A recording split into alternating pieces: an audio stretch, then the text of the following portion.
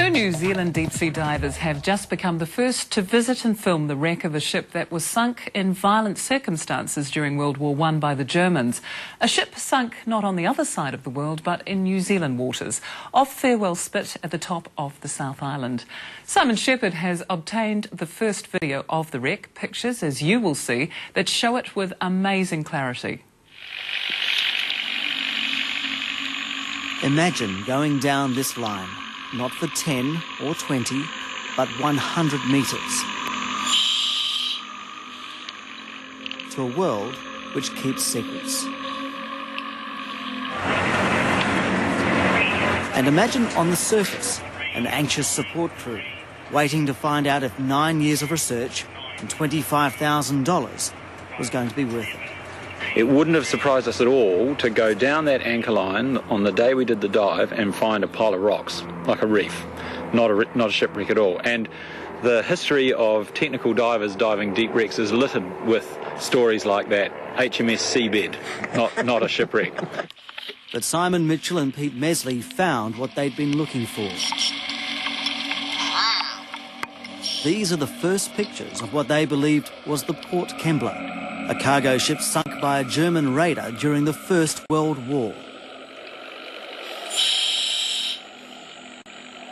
For me, the best conditions that I've ever done a 90 or 100 metre dive in my entire career. And we looked at each other thinking that, you know, this could have been a 40-metre tropical reef dive. The ambient light, normally we've done dives 100 metres and it's been black. And just absorbing all of that in was just insane.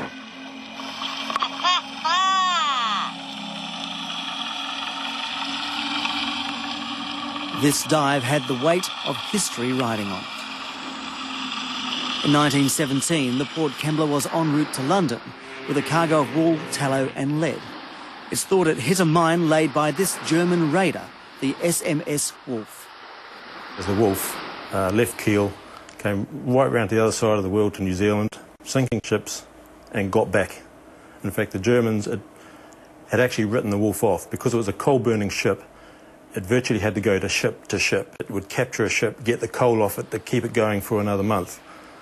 And it was at sea for so long that even the Germans had given up hope that it would actually get back. The Port Kembla was one of 4 ships sunk by the Wolf in New Zealand waters. Others included the Wairuna at Raoul Island and the passenger liner, the Waimura, off Cape Reinga. It's an interesting story for me because it's one that very few people know about. You talk about World War I, German ships over in New Zealand, sinking ships in New Zealand. And it's just something most people just can't get to grips with.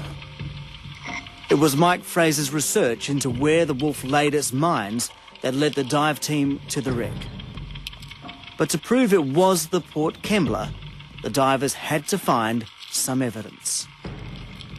I turned around and I swam back towards Simon and I saw him scuffing around in a little wee hole somewhere, and I thought, oh, hello. So I came around over to him, and he just turned around in this billowing silt, and we heard a few whoops and yeehaws, and Simon started to uncover a plate, and he started to give a little bit of a clean off to look for any identifying marks. And then Simon lifted up his thumb, and of course there was the... It was right where the thumb was. It was the very last place I looked on the plate.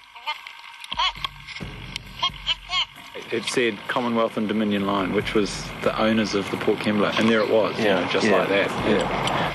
It was proof enough, but conditions were so perfect, the divers went down again the next day. The mission, find the ship's spell. And sure enough... We actually don't believe in pillaging wrecks and taking all the artefacts off them. And let me say, there are a lot of artefacts on this wreck that we just left alone. But we felt that if we could find the bell, we would really like to see it go to somewhere appropriate, like the National Maritime Museum. And we have already made approaches to them about taking it and putting a Port Kembla display up, and I think that they're going to do that.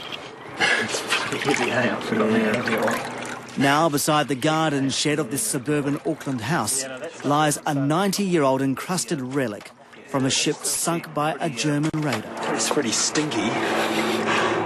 this is not the end of the adventure for these two. They still have the bug to go where no one else has been before.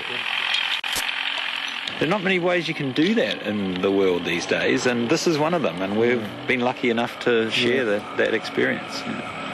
What do you think the odds are that you'll ever find another undived wreck? Very high.